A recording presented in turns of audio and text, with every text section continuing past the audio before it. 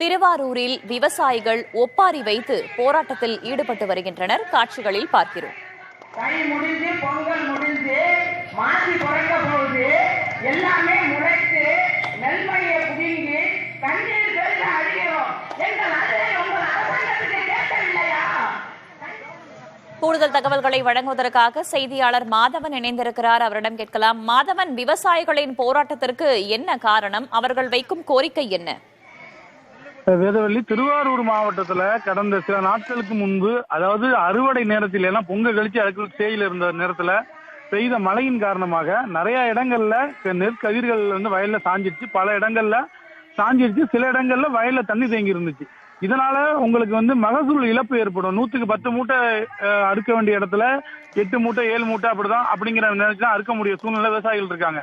மேலும் அந்த நெல் அறுவடை இயந்திரங்கள் அறுக்கிறது, கதிர்கள் நின்றுகிட்டு இருந்தா ஈஸியா அறுத்தரலாம். அதே ஃபுல்லா சாஞ்சதுனால அதை அறுக்கிறதுனால நேரமும் அதிகரிக்கும். அதனால விவசாயிகள் தொடர்ந்து மாவட்டத்துல பல்வேறு இடங்கள்ல அவங்க வைக்கிற கோரிக்கை என்னன்னா, அந்த நெல் அறுவடை இயந்திரத்துக்கு கொடுக்கக்கூடிய காசு எங்களுக்கு மானியமா கொடுங்க, நாங்க வாடகை கொடுக்கறதா அரசாங்கம் மானியமா கொடுக்கணும்.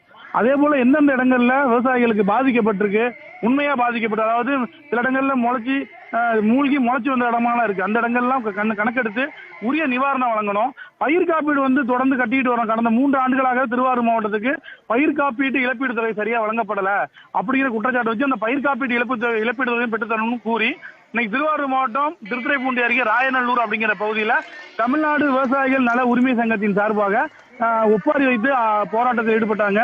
அதுல கலந்துகிட்ட விவசாயிகள்ல சரிபாதி அளவு பெண் விவசாயிகளும் கலந்து கொண்டாங்க. அவங்க தங்களுடைய வேதனைகளை ஒப்பாரி பாடல் மூலமா வெளிப்படுத்தியிருக்காங்க.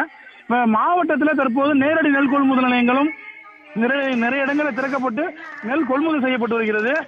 உணவுத்துறை அமைச்சர் சக்கரபாணி எழுதிய கடிதத்தின் அடிப்படையில் இன்னைக்கு அந்த ஈரப்பதம் 25% எடுக்கணும் விவசாயிகள் கோரிக்கை வச்சிருக்காங்க. அதை பார்க்கறது மத்திய குழு ஆய்வு பண்ணிட்டு இருக்காங்க. வேதவள்ளி, திருவாரூரில் சாய்ந்த நெற்பயிர்களுடன் விவசாயிகள் ஒப்பாரி வைத்து போராட்டத்தில் ஈடுபட்டு வருகிறார்கள். தகவல்களுக்கு நன்றி மாதவன்.